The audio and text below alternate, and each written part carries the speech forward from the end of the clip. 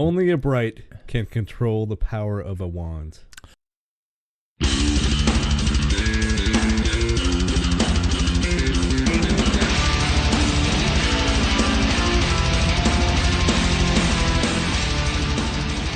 Thank you for joining us on the Dream Warrior Review, episode 23.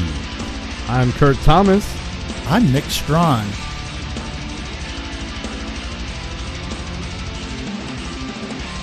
Well, only a bright can grab the wand and live through it. Right. Otherwise, it becomes a bomb. That's right. It explodes. Yeah, that's right. Set in a world of mystical creatures. World of mystical creatures. Side by side with humans. A human cop is forced to work with an orc. Elves. To find fairies. A weapon that everyone is prepared to die for Dragons. and kill for. Did you see the dragon? Well, remind me what the dragon was. There was a wide shot at night, and way out in the background, is this little tiny dragon just going by and shooting a flame and flying. Yeah, It flying. flew by. Yeah, I flew by. did see the dragon. You did? Yes. Okay, good. I also saw the same explosion used more than once. A shot of the city, same explosion. Boom, boom. Yeah. Two different parts of the movie. Okay. Two different explosions, but they looked exactly the same. Anyway. Yeah. Okay. So this was actually pretty big budget for Netflix. I think it was 90 million, wasn't it? Yeah, something like that. Yeah, It's it was pretty pretty high. big. Yeah. I feel like they're putting all their eggs in one basket with Will Smith. Yeah, and obviously they're lining this one up to be a series. So can I get to my problems? I'll just tell you my problems. Yeah, wait. I didn't get much sleep last night. No, not those problems. But, wait. Okay, go ahead. I have to put up my psychology sign. I'm getting excited here. Psychological help 5 cents. Okay, go. Let's hear your problems. So I had pretty high hopes about this one because it looked really interesting from the trailers and everything with the beat down and everything like that. That was pretty awesome. You know what it was that did that? What? Because it was interesting. Yes, it was interesting. It was different. It was totally different. Yeah. So I had high hopes because I saw this. I'm a sci-fi fan. Yeah. So I wanted to see the magical stuff, the elves. I'm not, right? Well, you are probably.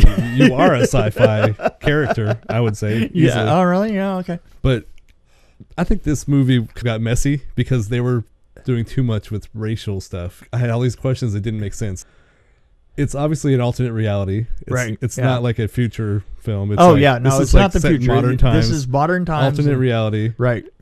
I was wondering about how they still had segregated gangs. Like they had Hispanic gangs, black gangs. They had those. Yeah. Why wouldn't they be integrated at this point? You know what? Here's the thing that they did that I thought was really interesting. They used that futurist point of view, and they went back, maybe back about 500 years, and projected from 500 years back up into a modern history and used. See what I'm saying? Yeah, because it was like they did reference this war that happened thousands of years ago. Yeah, I mean they had a whole history lined up, and the thing is it came down to modern day running on the same track. Well, I guess what I'm getting at is like if it's an alternate reality and it's all about humans against orcs, why wouldn't the gangs just be a mix of all races? Right. No, it's not a thing anymore. You get what I'm saying? Well, yeah, but that's a sci-fi trope. That's the mistake that sci-fi makes an awful lot, is that it's humans against that aliens or whatever. But that isn't the way that anything happens. You know, I mean that's like saying that if we were attacked from space, that the Israelis and the Palestinians would immediately lay down their arms against each other and get together to fight.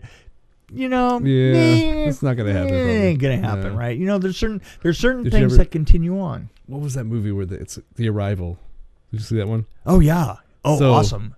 Yeah, that was like a kind of exactly what you're talking about. The fight with Japan or with China, right? And that nobody wanted to work together. Yes. And she actually brings out the things that she knew about this leader that she got from them, right? Yeah, exactly. Yeah, so I mean that's my biggest thing. This is actually the biggest part. We should do Arrival. I think they should have focused. They should have done just a little bit on the racial stuff. Like how many times did he say?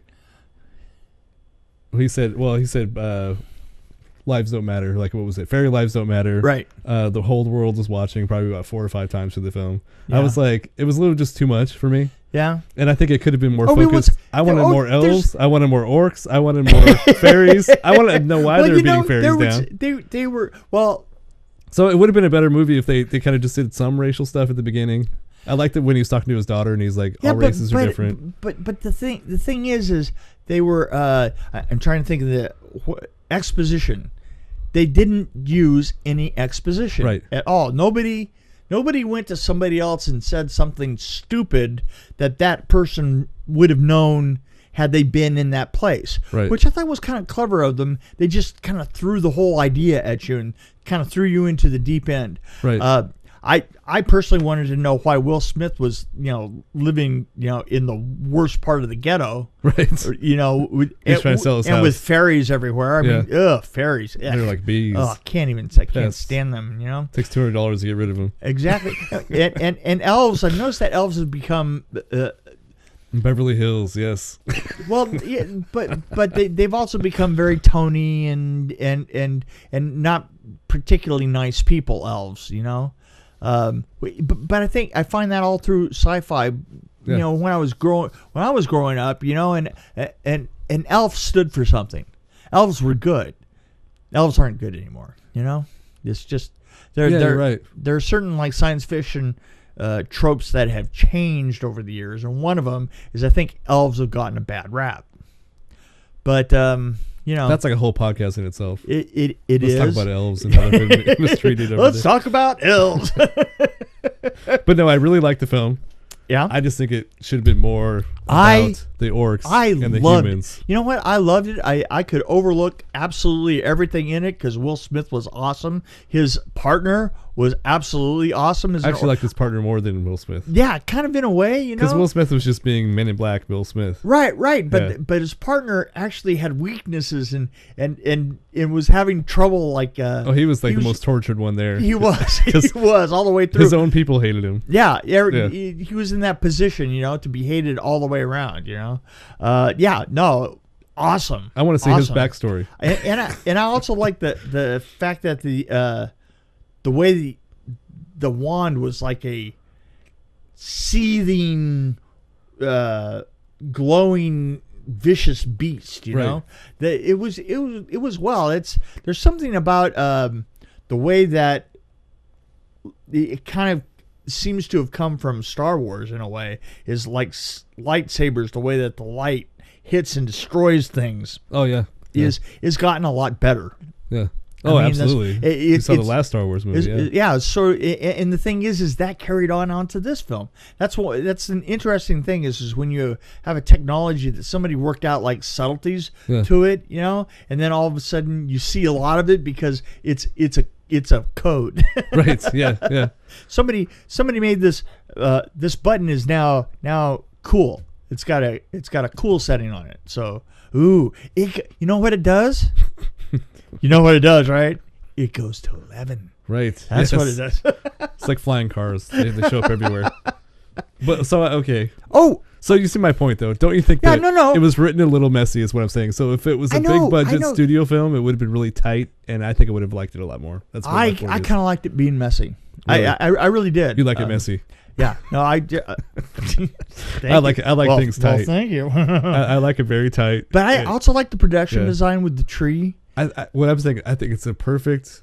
Sam saying likes bad things about it, but I actually really enjoyed it. Yeah, it took me a while to figure. I watched it. I'm like, what the hell did I just watch? You sounded like I'm not a very happy camper, but I know the day that after I saw it, I said, okay. I get it now. It's a good baseline. Yeah. They can build from where they are. Oh yeah. So I think it's gonna be the next one's gonna be better. I think. Yeah, I didn't quite like the leader of the gang. Which, by the way, they are doing another one. Of course they are. Yeah. I mean, of course they would have to. Let's rate this one. Okay. How many wands? How many wands? When I first saw the movie and I turned it off, right? 2 wands. Really? But then, as I processed it and thought about it more, and I liked the way they were going with the fairies and everything, and the elves and the orcs and all that stuff. Yeah. I would bring it back up to like 3.5. I'm going to go back to 4. I'm going to say 4 wands straight up. Yep. Yeah. 3.5 for me, 4 wands for me. Yeah. There you go. I got over my issues. A little bit. Yeah. I've seen you turn around right here in front of me. Well, I turned around in the course of 24 hours. And that disturbs me quite a bit, actually. Actually, I took a call from Will Smith, and he convinced me. Oh, yeah. So the story about the truck. The story about the truck. I would love to hear it. Okay. So, did you notice the Nightmare on Elm Street 4 gag in there? The truck hit nothing. Oh, okay. Yes. Yeah. Yes. Right. And that was my gag. Oh, yeah. Okay. And I looked at it. I honestly, of course, that's going to make me tell the story about that gag. I'd love to hear the story. You want to hear the story about that gag? Story time. Story time. It's story time with Mick. Story time with Mick. Story time with Mick. Story time with Mick. Story time with Mick. Nightmare on Elm Street 4, we were having a lot of trouble with a script that was not finished. And not only was it not finished, we were in the middle of a writer's strike. So we couldn't have any of the people that wrote it go in and fix it. So it kind of became basically we built the film gag by gag. And we would sit down and certain gags just kind of like got worked out. And I'll tell you one that really got worked from scratch. And we kind of lost ourselves. It was the loop. Remember the loop? Yes. We're in a dream loop, yes, right? Yes. And we keep going around and around and around. Okay, here was the question. How do we get out of the loop? Right. Okay. And we had a couple of meetings about how to get out of the loop, and finally we really had to just plain film something. It was getting desperate. And we had already filmed. We had them in the truck.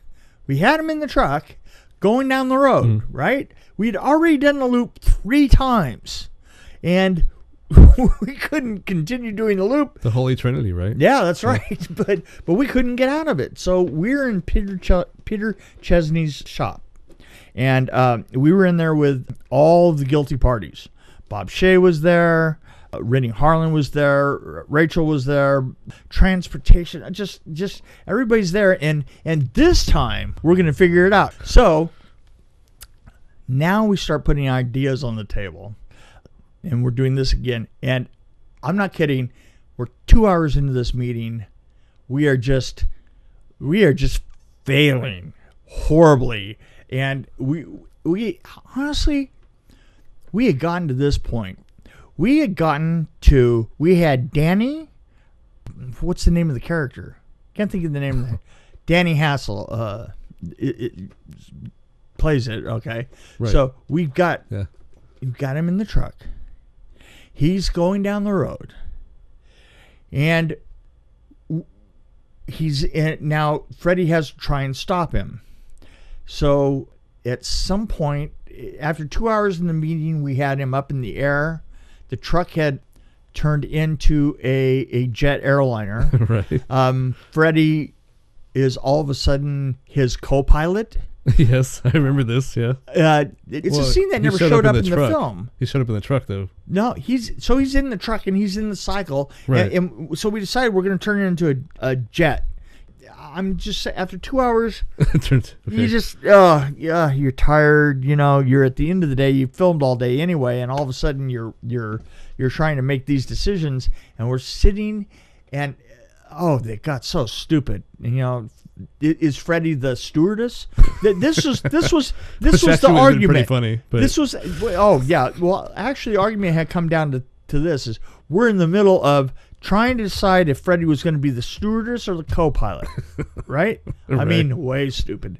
And honestly, I kind of like did that thing where you get back away from the table and you put your head in your hands and you're just trying to divorce yourself. Like, and why am I here? Why am I here? And I said to myself, oh yeah, God, I just wish we could hit nothing at all. And I heard myself say it, and I opened my eyes, and I looked out, and everybody's looking at me. And I realized that I had used, well, you do know I have a handicap. I was born without. Yes. You've said it very loudly. I said it very loudly because I was born without an inside voice. And so everybody looks at me and I swear, the weirdest person. It's like some PA is sitting next to me, and he goes. I mean, he was like the least important person at the table. He looks at me and he goes, "Well, what would that look like?" And I was just kind of, because you know how I am. We're both hearing this the first time, right. And so I was like, "Yeah, what would that look like?" And I go, "Well, like it would just crash into nothing. Stop. Hit something. It isn't there." And everybody's like tentatively going, "Well, but what do you mean?" I mean, I said, "Well, imagine this. Imagine if we tied a cable that you couldn't see onto the bumper, tied it to something really heavy, went to the end of the cable, put a camera there, and then ran the truck at 60 miles an hour to the end of the cable. What would it look like? It would look like you were hitting nothing. Of course, what you're actually doing is you're winding up crashing into your own bumper." Right. Yeah. So we kind of like thought about it, and we walked away from the meeting going, "Well, that's what we're going to do. We're going." So I know that a lot of people have said that it was Rennie Harlan that did it. I know that Rennie Harlan is saying that he came up with that idea. No, but it was mine. Right. Yeah. And when I come out with my book, I'm going to have Rachel Talalay tell my side of that story. That's awesome. There you go.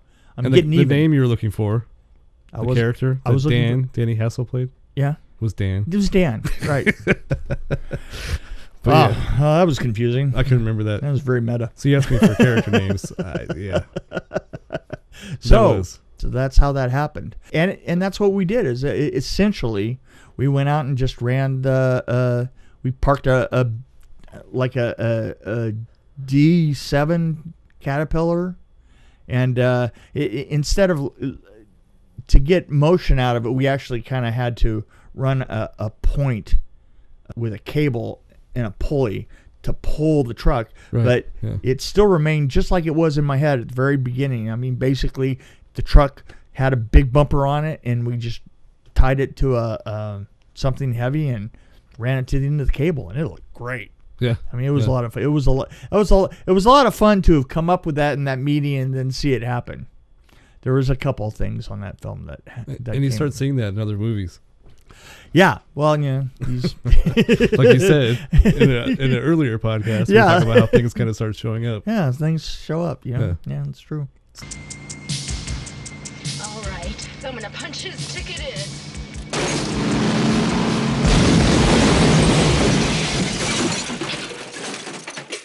So you made an impact there. Yes. Do you like my use of words? I guess I did. I guess I did. So, are we done with this turkey? Yes. Oh, okay. Let's the turkey's done. Let's shoot it and eat it. We're gonna eat, and then we're gonna review a horror movie. I think we're gonna. Oh, are we going back now? Should we do XX or should we do? Oh, that's a good question. Yeah, let's do XX. Okay. That's not gonna take long. Nope. Okay.